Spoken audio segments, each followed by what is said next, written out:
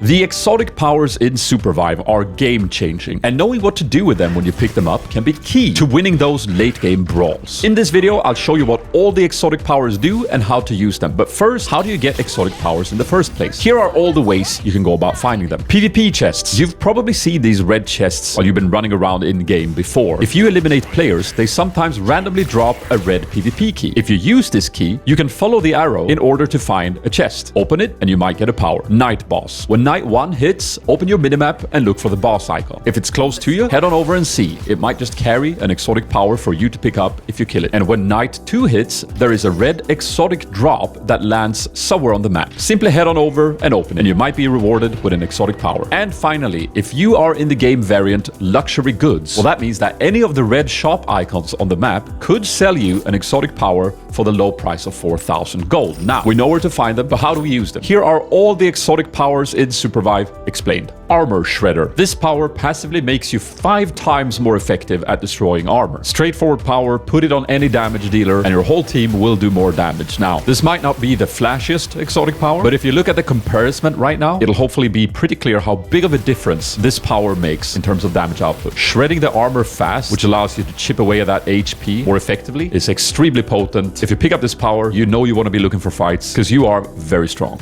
Blinkstone. If you played League, this power is kind of like Summoner Flash. You press it and you instantly teleport to where your cursor is. This means that you decide the range of this power. On max range, it's pretty long, but you can also blink really short if you want to. And of course, anything in between. The cooldown on this power is very short as well, but it cannot be used if you've taken damage in the last 4 seconds. This means that you can't just go into a fight and then blink out to safety. More commonly, this power is used to make cool engages happening, like buffering your Kingpin stun so that it lands instantly without any counterplay. With some practice, this is a very powerful tool. Delicate Disguise, kind of a placeholder art here. This power passively gives you stealth for free as long as you have full HP. No draining your mana like other powers, nothing like that. But you have to also be out of combat. A very potent power to have on melee hunters specifically, as they can then get up close and personal without having to waste any important cooldowns. Fate Rewinder. This power takes you back to where you were 5 seconds ago, and it puts your HP to where it was then as well. The classic use of this power is to go in, spam your abilities, deal as much damage as you can, tank as much as you can, and then press it to return to where you were with full HP again. Be a bit careful using this defensively if someone jumps on you, because if you get a big heal before you rewind, this power could potentially set your HP to a lower amount as well. Another Kingpin example of a cool play here, since I play him a lot. You can send out a hook, rewind as it flies out, and pull the unlucky enemy halfway across the map. Make sure you experiment with this power on your main, because there's a lot of potential outplays to be had. Guardian Archangel. This power is exactly like the purple power Guardian Angel. If you touch an ally Wisp, they begin to rest, with 60% bonus revive speed. And this effect persists even if you move away from the Wisp. If enemies, however, step on the Wisp, this effect breaks. So,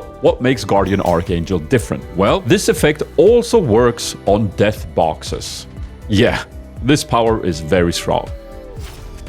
Icarus Glide. This power makes it so that your glider now boosts you upwards, with the downside of damaging you if you start going too high. Now, this is a fun power. It allows you to scale high grounds you otherwise couldn't super easily, and you can pair it with something like the glider jet, and then you can quickly jump over huge obstacles and traverse the map in ways that kind of feels like hacking. Think of it as you having access to a solo jump pad by just pressing spacebar. And if you somehow can combine it with the air soul that gives you spike immunity, then you're definitely cooking up a slippery hunter. Power Shuffler. You need 2 powers to make use of this, because the shuffler makes it so that after you've used the other power you have equipped, it'll be re-rolled into a new one with 75% of its cooldown refunded. Now, initially you'd look at this and go, why is that good? Wouldn't I rather know what powers I have? But the strength of the shuffler lies in that while you're not in combat with other players, you can keep re-rolling powers until you find the ones that you want, and then you can pass on the shuffler or the other powers around to your teammates. Also, when you re-roll any power, there's a small chance that it will re-roll into one of the exotic powers, which, as you know, since you're watching this video, are some of the strongest in the game. And if you're re-rolling an exotic power, it's guaranteed to roll into another exotic power. Of course, the downside of this is that you need active powers and not passives in order to roll them, but if you can get a shuffler early, you can make sure that you have your favorite powers going into the late game.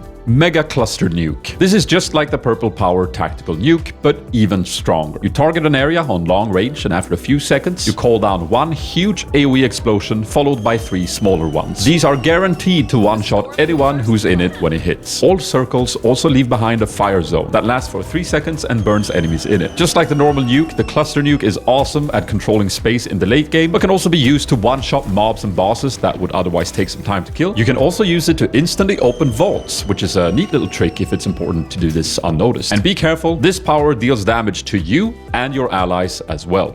Replicator. Target a small area on the ground, and after a little delay, any item in the area is duplicated. Yeah, consumables, armors, powers, you name it. When you get your hands on a duplicator, it's common practice for everyone on your team to just drop all their good gear, armors, and powers so you can all share in the wealth. Be a bit careful though when dropping your boots, helmet, or swords, because if the replicator duplicates a max tier item, and for clarity, that is red colored gear, the replicator is destroyed. Not saying you shouldn't do it, just keep that in mind. Team Frog Jump. Very simple.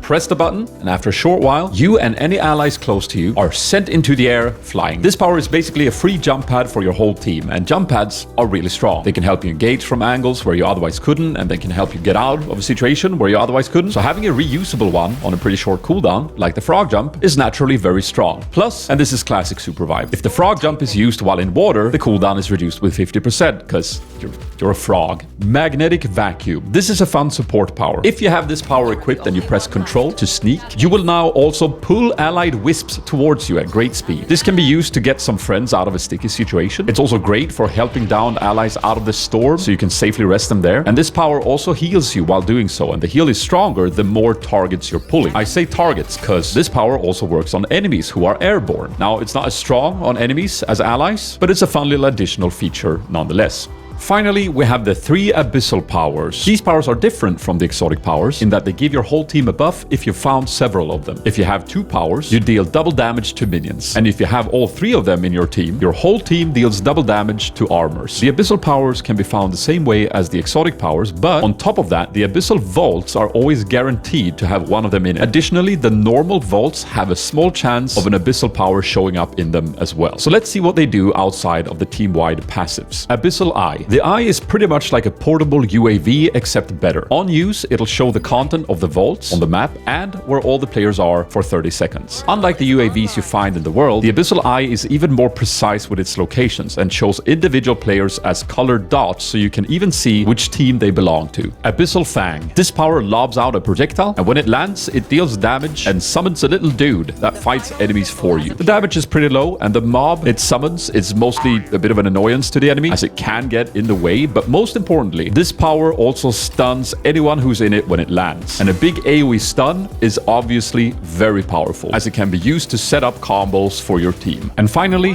Abyssal Scale. This power releases a wave of energy that knocks enemies away. The knockback is stronger the closer the enemy is to your hunter. It also grants you a 300 HP shield for 4 seconds. While this power naturally has a defensive use, it can also be used offensively by knocking enemies into scary terrain like the heart in the middle of the map. If you want a similar video that explains all the non-exotic powers, there's a button on your screen right now. I also made a video explaining all the hunters. Leave a like if the video was helpful, and let me know in the comments if there's anything you'd like to see a guide on next. Subscribe for more Supervive content, and I'll see you in the next one. Toots!